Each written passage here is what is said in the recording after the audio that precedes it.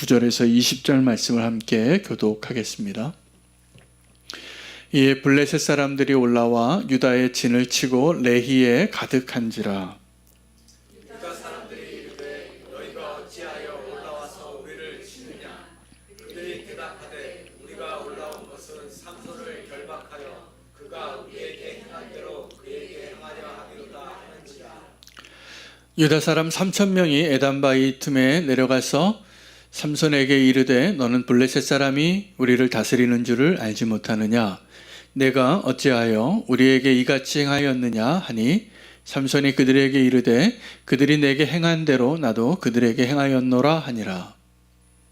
그들이 삼손에게 이르되 우리가 너를 결박하여 블레셋 사람의 손에 넘겨주려고 해오하노라 하니 삼손이 그들에게 이르되 너희가 나를 치지 아니하겠다고 내게 맹세하라 하매 그들이 삼손에게 말하여 이르되 아니라 우리가 다만 너를 단단히 결박하여 그들의 손에 넘겨줄 뿐이요 우리가 결단코 너를 죽이지 아니하리라 하고 새 밧줄 둘로 결박하고 바위 틈에서 그를 끌어내니라. 삼손의 이에 이름에 블레셋 사람들이 그에게로 마주 나가며 소리 지를 때 여호와의 영이 삼손에게 갑자기 임하시매 그의 팔 위에 밧줄이 불탄 삼과 같이 그의 결박되었던 손에서 떨어진지라. 삼손이 나귀의 새 턱뼈를 보고 손을 내밀어 집어들고 그것으로 1,000명을 죽이고 이르되 나귀의 턱뼈로 한 더미 두 더미를 쌓았으며 나귀의 턱뼈로 내가 1,000명을 죽였도다 하니라. 그가 말을 마치고 턱뼈를 자기 손에서 내던지고 그것을 라맛 레히라 이름하였더라. 삼손이 심히 목이 말라 여호와께 부르짖어 이르되 주께서 종의 손을 통하여 이 큰 구원을 베푸셨사오나 내가 이제 목말라 죽어서 할례 받지 못한 자들의 손에 떨어지겠나이다 하니 하나님이 레히에서 한 우묵한 곳을 터뜨리시니 거기서 물이 솟아나오는지라 삼손이 그것을 마시고 정신이 회복되어 소생하니 그러므로 그 샘 이름을 에낙고레라 불렀으며 그 샘이 오늘까지 레히에 있더라. 함께 읽겠습니다. 블레셋 사람의 때에 삼손이 이스라엘의 사사로 20년 동안 지냈더라. 아멘. 하나님의 말씀입니다. 오늘 사사기 15장 본문 말씀은 삼손이 어떻게 정식으로 사사로서 이제 안정된 통치를 하게 되어지는가의 그 마지막 이야기가 담겨져 있습니다. 그가 뼈 하나 가지고 1,000명을 죽이는 위대한 승리를 거두게 되고 또 그 위대한 승리 이후에 라맛 레히에서 목이 말라서 죽을 것 같아서 부르짖게 됩니다. 부르짖게 되고 하나님이 그에게 또 그 부르짖는 기도에 응답하셔서 에낙고레라라는 이름을 레히에 다 같은 지역 이름입니다. 레히, 라맛 레히 그리고 에낙고레 다 같은 지역인데 하나님이 그의 삼손의 인생 가운데 하나님이 특별하게 그로 하여금 부르짖는 자가 되게 하였기 때문에 오늘 제가 주제를 우리가 그 간절함의 은혜에 대해서 함께 하나님 앞에 나아가기를 원합니다. 여러분 간절하게 하나님 앞에 부르짖어 보신 적 있으시죠? 내가 정말 어려울 때, 절박할 때, 정말 외로울 때, 정말 힘들 때 하나님께 그 간절하게 부르짖을 때 하나님은 그 기도에 잘 응답하십니다. 그래서 우리가 부르짖는 그 간절한 기도를 할 수 있는 그 기도자의 자리에 서는 것 자체가 우리 인생 가운데 그런 지점이 많이 나오기를 원치 않겠지만 그게 은혜이거든요. 하나님께 우리가 간절함으로 부르짖는 기도를 할 수 있는 그 자리로 오늘 우리가 함께 나아갈 수 있게 되기를 원합니다. 사실은 이렇게 간절한 기도를 누가 할 수 있는가라고 생각해 보면 삼손 같은 사람은 이 간절함의 은혜를 경험하기 가장 어려운 사람이에요. 그는 태어날 때부터 특별하게 선택받고 나시린으로 자라고 또 하나님의 영이 임하면 힘이 세져서 그냥 성령이 임하면 슈퍼맨이 되니까 여러분 슈퍼맨 영화의 레퍼토리가 다 비슷하죠. 평범할 때는 그냥 회사원인데 대학생 같은데 슈퍼맨 망토가 딱 덮여지면 지구를 구하는 사람이 되는 거예요. 이 삼손의 이야기입니다. 사실은 삼손이 그런 슈퍼맨이죠. 평소에 그냥 이렇게 평범하게 여자 좋아하는 덩치 큰 남자인데 이 사람에게 하나님의 영이 임하면 놀라운 역사가 임하는 거죠.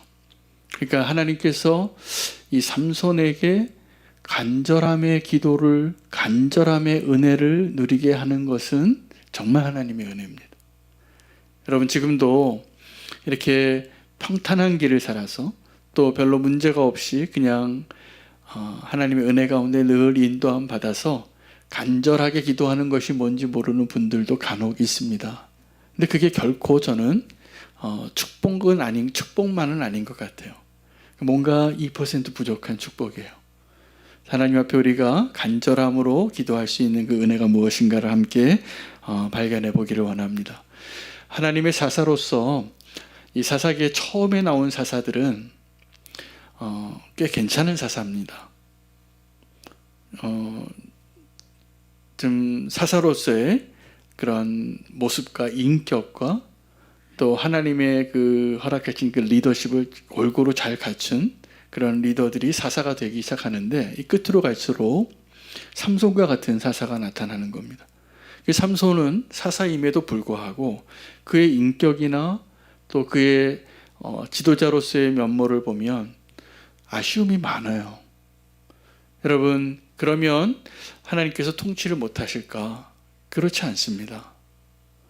저는 나라를 위한 지도자를 위해서 기도할 때도 여러 대통령들이 하나님이 세우셨지만 때로는 좀 아쉬움이 많은 지도자들도 있어요.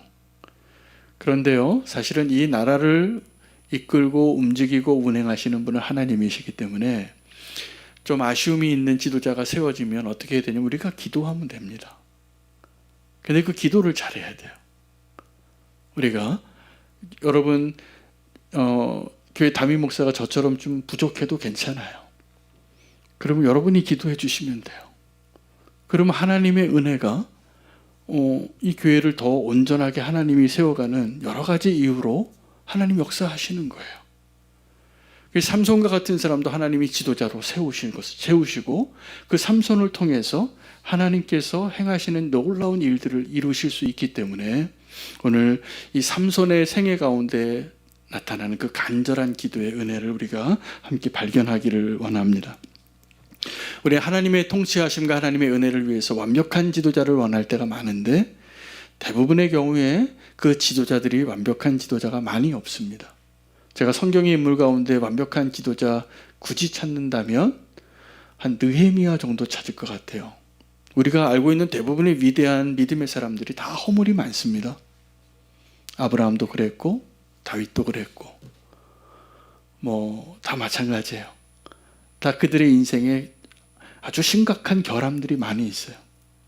근데 그렇다고 하나님이 그 사람을 사용하지 못하느냐? 그렇지 않습니다. 하나님이 사용하시는 거예요. 오늘 삼손에게 그 은혜를 하나님이 보여주시더라고요. 그가 이런 사람인데 하나님이 그를 통하여서 이스라엘을 구원하세요. 여러분, 그래서 좀 부족한 지도자들 보시거든 가정에서나 교회에서나 직장에서나 나라에서나 어떤 조직에서든지 그 사람의 연약함을 보지 마시고 하나님의 위대하심을, 하나님의 완벽하심을 신뢰하시고 우리가 믿음의 삶을 그대로 살아가시면 될 것 같습니다. 더 많이 기도하시면 돼요. 이 삼손과 블레셋 사람들이 똑같은 얘기를 합니다. 뭐라고 얘기하냐면 우리에게 행한 대로 내가 갚아주리라. 우리에게 행한 대로 갚아주리라. 근데 이것이 얼만큼 무서운 얘기냐 하면 복수의 악순환의 시작이에요. 이거를 누가 멈출 수가 없습니다. 지금 삼손과 블레셋이 자기 결혼식장에서 수수께끼 하나 잘못 내가지고 서로 받은 피해만 생각하는 것이죠. 여러분, 어떤 사람과의 관계가 잘 해결되지 않는 이유가 뭐냐 하면 내가 저 사람에게 어떠한 모습으로 피해를 주고 영향을 끼쳤는지는 하나도 몰라요. 저 사람이 나한테 상처를 준 것만 기억해요. 그리고 이렇게 말하는 겁니다. 그들이 내가 행한 대로 내가 갚아주리라. 그 굴레에서 빨리 벗어나시기 바랍니다. 그 굴레에서 벗어나셔야 돼요. 그것만 바라봐요. 그것만 생각하고.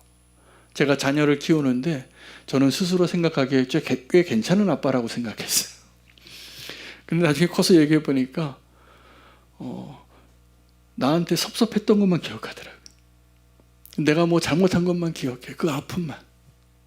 근데 제가 정말 주님이 아실 텐데 제가 한 90을 좋은 아빠로서 대했다면 자녀들은요 뭐 기억하냐 하면 그 10을 기억해요. 그리고 거기서 헤어나질 못해요.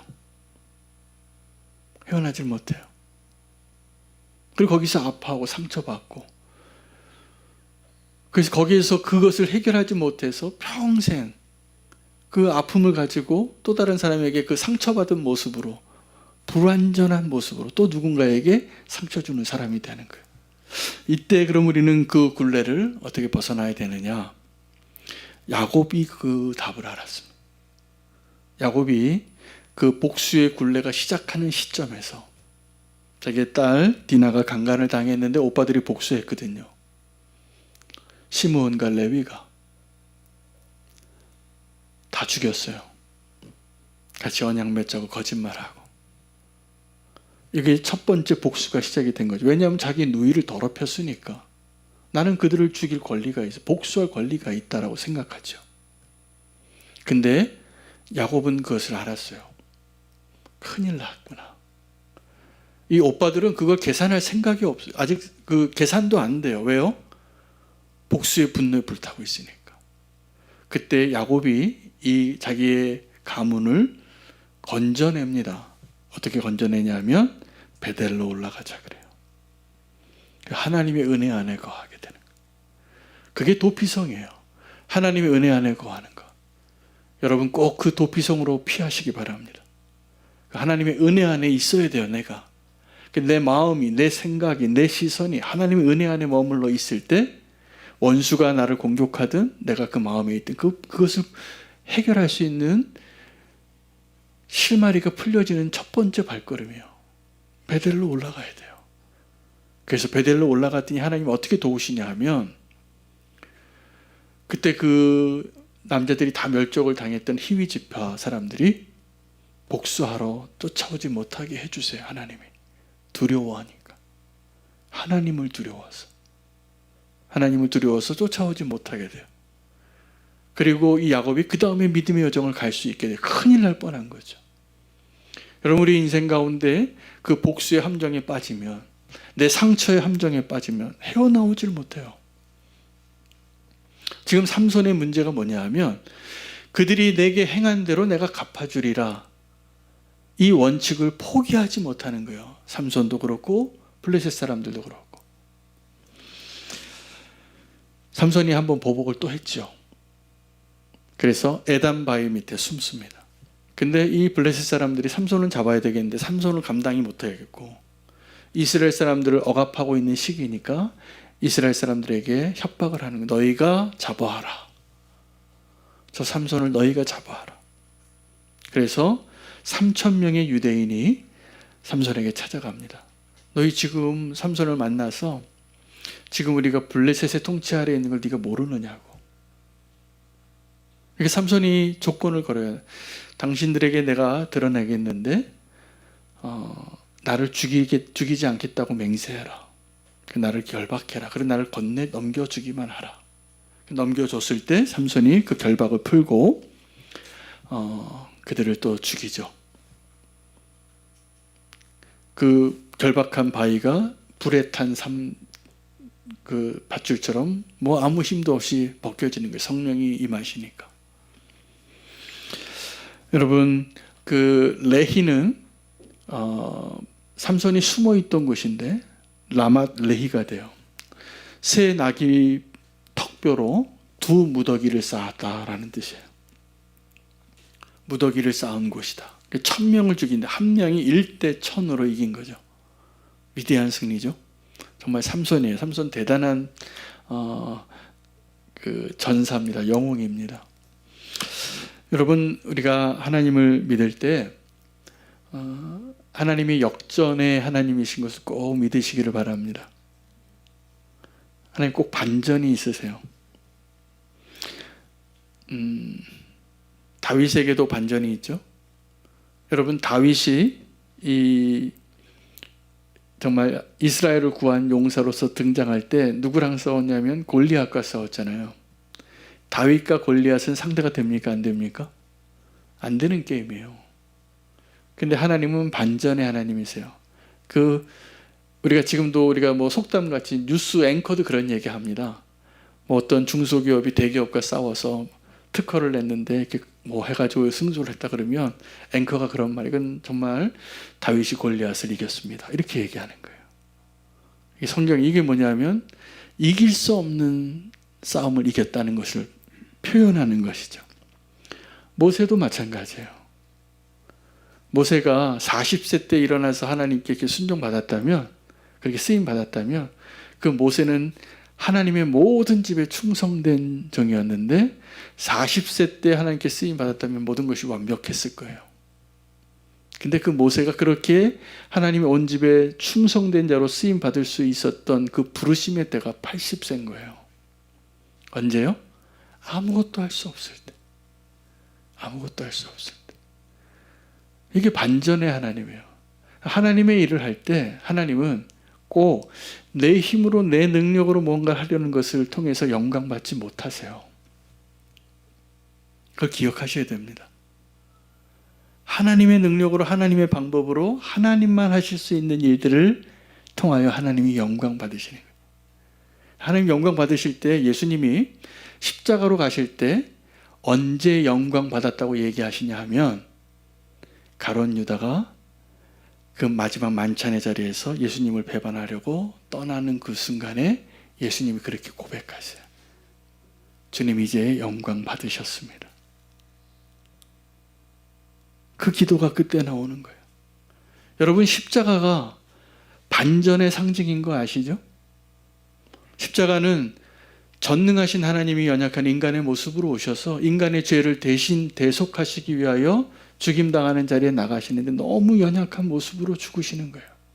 사람들도 조롱하고, 옆에 같이 못 박혀 죽어가던 두 강도의 가운데 한 사람이 조롱하면서, 그 마지막 순간에도 한 강도는 낙원에 들어갈 기회를 얻지만 한 강도는 조롱하는 거예요. 너 자신이나 구해보라. 내가 보고선 당신을 따르겠다.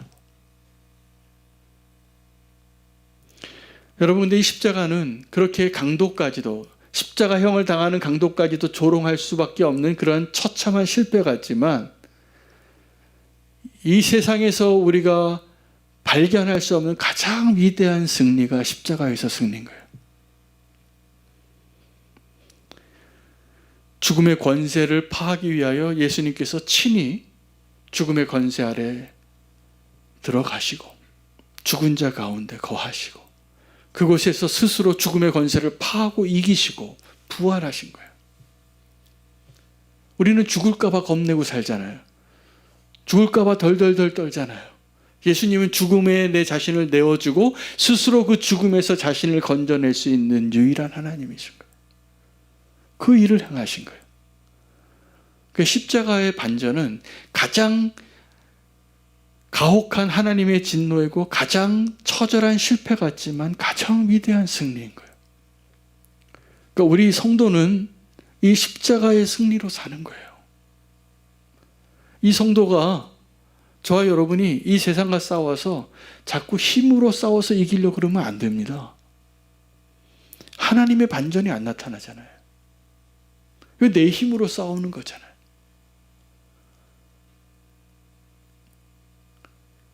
우리가 승리할 수 있는 길은 그런 승리가 아니에요. 만약에 그렇게 승리했다면 그건 이긴 게 아닙니다. 진 거예요. 진 거예요. 우리가 승리할 수 있는 길은 내가 손해를 보고 내가 패배자같이 보이는 그 자리에 다 오해받을 만한 그러한 모습으로 내 자신을 내어줄 수 있는 믿음으로 주님과 함께 하는 것.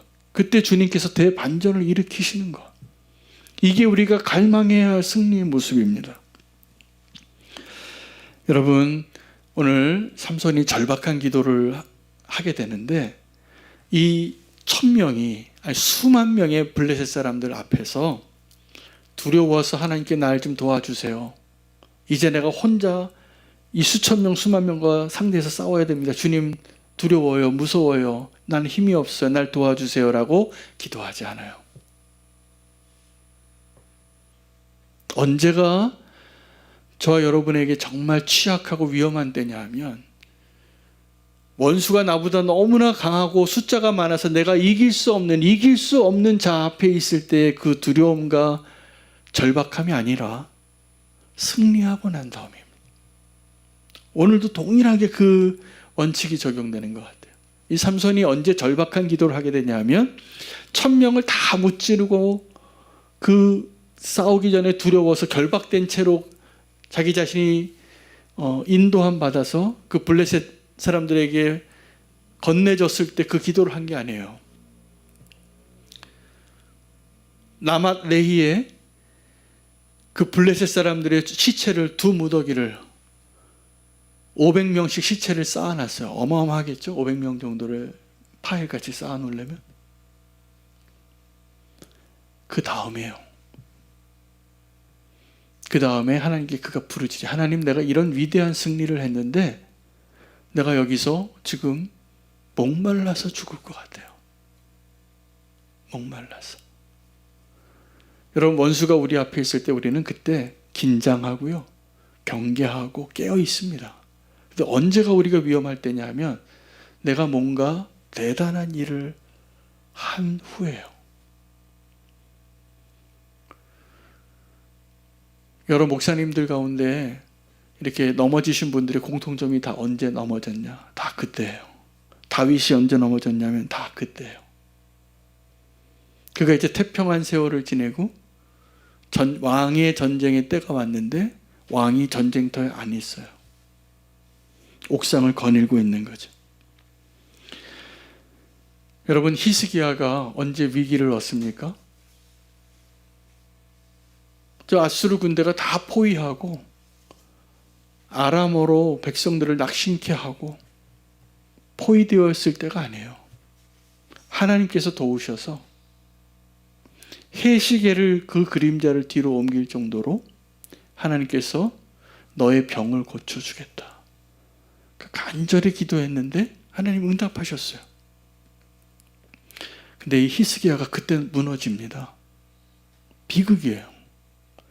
여러분, 이건 정말 우리가 기도할 제목인데, 우리가 하나님 앞에 지금 어떠한 도전이 있고 어려움이 있고 믿음의 여정 앞에 그것을 도전할 과제를 뛰어넘기 위해서 하나님께 부르짖을 때가 아니라 하나님이 그 응답해 주시고 나서 우리의 믿음의 태도가 어떠한 거예요. 어떠한 사람들이요, 성공한 다음에 무너지는 건 너무 우리가 많이 찾을 수 있는 패턴이에요. 뭐 설명을 할 수가 없을 정도로 너무나 많아요.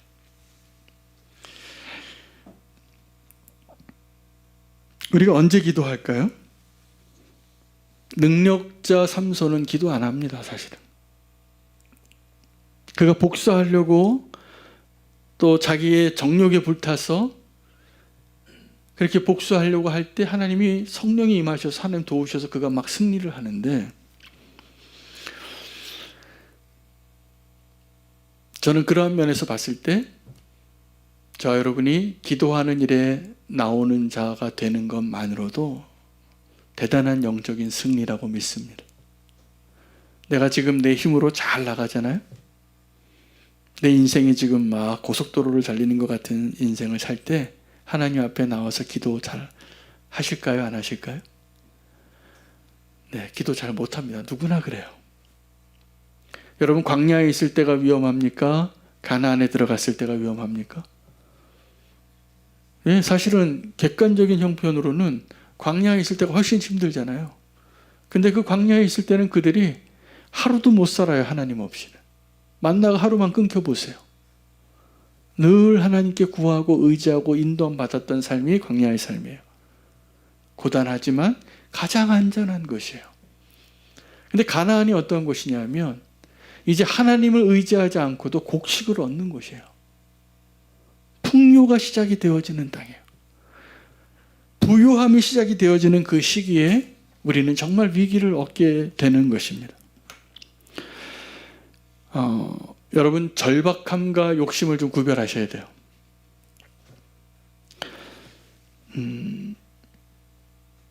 엘리사가 엘리야를 막 쫓다가 이 엘리사가 아주 집요하게 엘리야를 놔주지 않습니다. 열왕기서를 보면.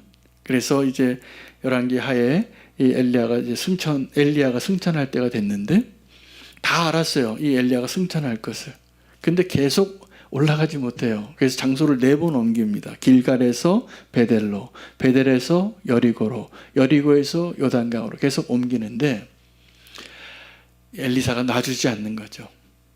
근데 그때 엘리야가 이제 떠날 결심을 하고 헤어질 결심을 하고 영화 제목처럼 헤어질 결심을 하고 물어요. 내가 너에게 무엇을 구해주랴?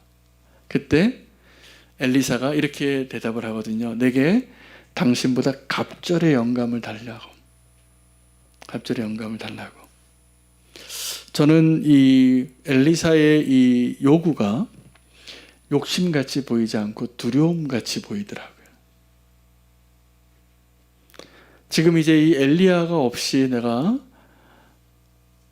이 사악한 왕이 다스리는 타락한 이 세상의 북이스라엘에서 선지자로서 살아가는 것이 얼마나 고되고 힘든 일이고 위험한 일인지를 알기 때문에, 물론 엘리사는 이제 엘리야보다 더 많은 이적도 행하고 나라를 구하는 그 위대한 선지자로서의 사명을 감당하는데 약속대로 하나님 부어주신 거죠. 갑절의 영감을 주신 것이죠. 이게 욕심이 아니라 간절함입니다. 여러분, 주님께서 우리에게도 약속하신 것이 동일해요. 우리가 예수님의 제자인데 예수님이 뭐라고 말씀하시냐면 내가 지금 이제 아버지께로 가기 때문에 내가 그것을 중보를 할 테니 내가 하던 것보다 더 위대한 일을 너희가 하게 되리라. 이게 제자인 우리가 누려야 할 축복인데 우리는 늘 소망이 뭐냐 하면 예수님만큼만 살면 참 좋겠어요. 근데 예수님의 기대는 뭐냐 하면 너희가 내가 한 것보다 더 위대한 일을 하는 것을 내가 보장해 줄 테니 믿음을 가지라는 거예요. 그 간절함이 우리에게 필요한 것이죠. 여러분, 예수님께서 우리에게 가라고 명령하신 그 길은, 제자의 그 길은 좁은 길 가는 겁니다. 나그네 길을 가는 것입니다. 근데 우리가 주님을 따른다고 하면서 자꾸 플랜 B를 생각해요. 이게 아니면, 여기서 실패하면 나는 분산 투자를 해서 플랜 B를 가야지. 그게 그대로 드러난 게 베드로의 모습이에요. 베드로가 예수님 죽고 나서 이제 십자가에 죽으셨다는, 아직 부활하시기 전에, 부활하신 예수님을 만나기 전에 베드로가 뭐라고 얘기합니까? 플랜 B를 이야기하는 거예요. 내가 고기 잡으러 가겠노라. 분명히 예수님이 뭐라고 얘기해요? 너는 이제 고기 잡는 어부가 아니라 사람을 낚는 어부가 돼야 된다. 베드로가 왜 그렇게 됐을까요? 자기가 실패했으니까. 자기가 예수님을 3번이나 부인했으니까. 근데 그 실패한 그 베드로를 예수님은 회복시켜 주시는 거예요. 그리고 다시 부르세요. 너는 나를 따르라. 오늘 그 은혜가 저와 여러분 가운데 있기를 원해요. 우리 실패합니다. 많이 실패합니다. 근데 주님께서 우리를 다시 불러주시는 거예요. 그 은혜가 있기를 원합니다. 정말 예수님을 따라가려면 실패한 게 문제가 아니라 실패한 자리에서 우리가 다시 일어날 수 있느냐의 문제예요.